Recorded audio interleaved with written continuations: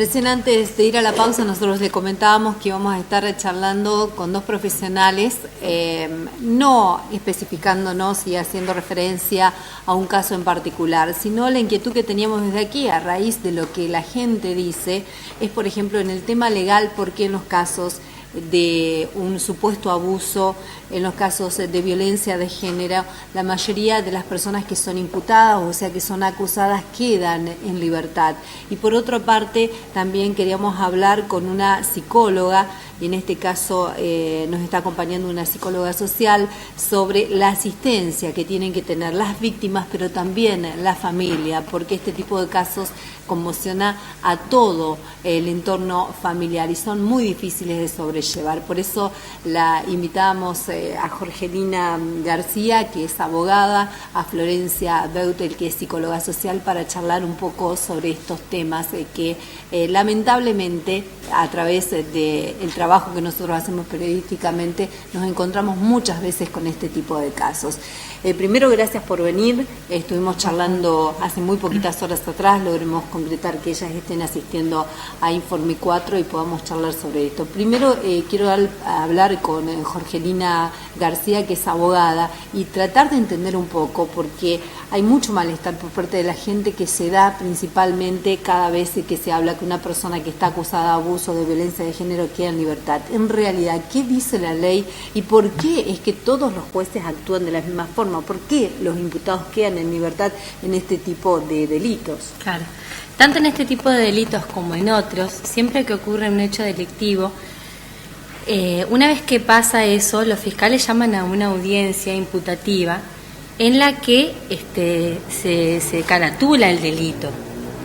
Y acorde a cómo hay distintos tipos de delitos, por ejemplo, el abuso puede ser abuso simple, abuso agravado. Entonces, en los casos que hay, por ejemplo, un abuso simple, la ley que dice, en el caso de que una persona abuse de otra, la pena irá de, por ejemplo, 2 meses a 3 años. Bueno, entonces siempre hay un mínimo de la pena y un máximo de la pena.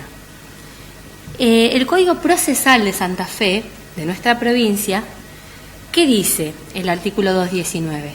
Que para que a una persona se le dicte la prisión preventiva, es decir, que esté en prisión mientras dure el proceso, antes de ser condenado, antes de que tenga una condena, la pena tiene que ser de 3 años o mayor a 3 años.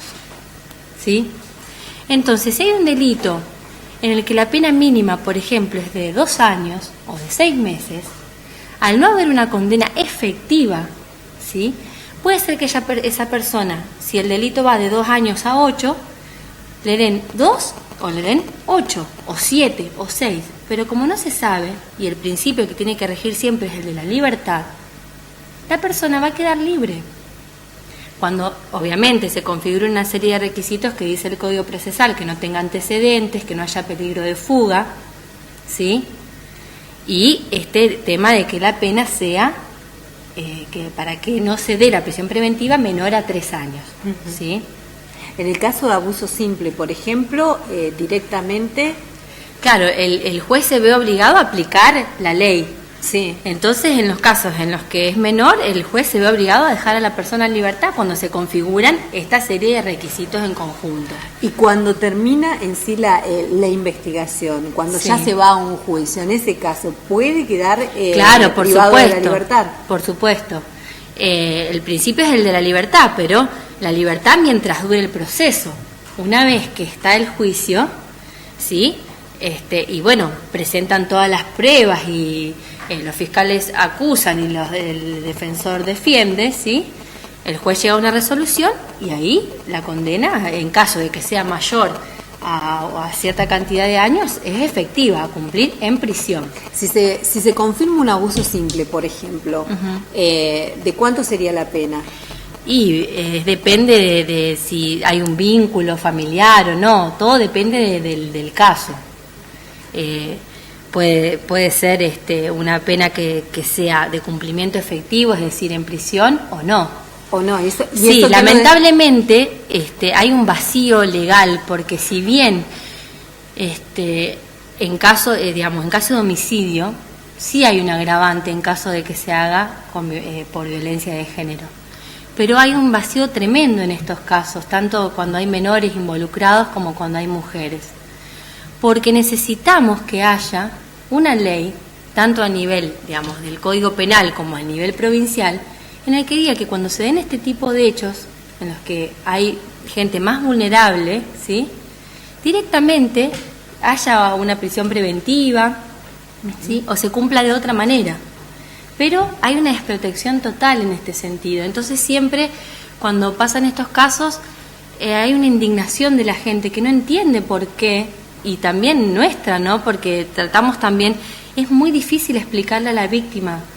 Por ejemplo, a mí me ha tocado querer explicarle a la víctima por qué está libre, y es terrible. Doctora, y ustedes dicen hay un vacío legal. ¿Se está trabajando? ¿Se está trabajando en la legislatura para reformar esto? Sí, se está trabajando un montón, porque además se está trabajando en una reforma del Código Penal en sí. Pero sí, se está trabajando, porque hay grupos interdisciplinarios a nivel provincial, a nivel nacional. De hecho, por ejemplo, nosotras como grupo, que nos estamos recién conformando y todavía no tenemos... Yo me olvidé de aclarar que las dos profesionales que nos están acompañando pertenecen al grupo de mujeres sensibles aquí en San Cristóbal. Esto como para que ustedes lo tengan en cuenta. Claro, y nosotros como grupo, quizás al recién iniciarnos, tenemos poca experiencia, entonces tenemos siempre vínculo con la Dirección de Políticas de Género de la provincia de Santa Fe. Y ellos siempre están disponibles, el equipo de abogados o de psicólogos, para ayudarnos, y vamos a empezar a capacitarnos en todos estos temas. Yo recién le planteaba ustedes me hablaban del vacío legal que existe, pero por ejemplo, en un caso de abuso, ¿qué tiene que pasar para que la persona, mientras dure el proceso de investigación, quede detenida? O en un caso de violencia de género, ¿qué tiene que suceder para que la persona, mientras dure la investigación, quede detenida? ¿Qué es lo que pide la gente en definitiva? Claro, y bueno, debería pasar que el hecho en el Código Penal que tenga una pena, ¿sí?, mayor a 3 años. Por ejemplo, hay un homicidio. Esto no está estipulado. No, por ejemplo, hay un homicidio, ¿sí?, agravado por el vínculo, ¿sí? Tenemos el homicidio de 8 a 25 años. Y bueno, entonces ahí se puede dar tranquilamente una preventiva, porque la pena mínima es de 8 años, ¿sí? Entonces tenemos que primero tener una calificación, una tipificación legal, y después tienen que, digamos, que la persona tenga antecedentes. Puede ser que también ese hecho haga que quede prisionera, ¿sí?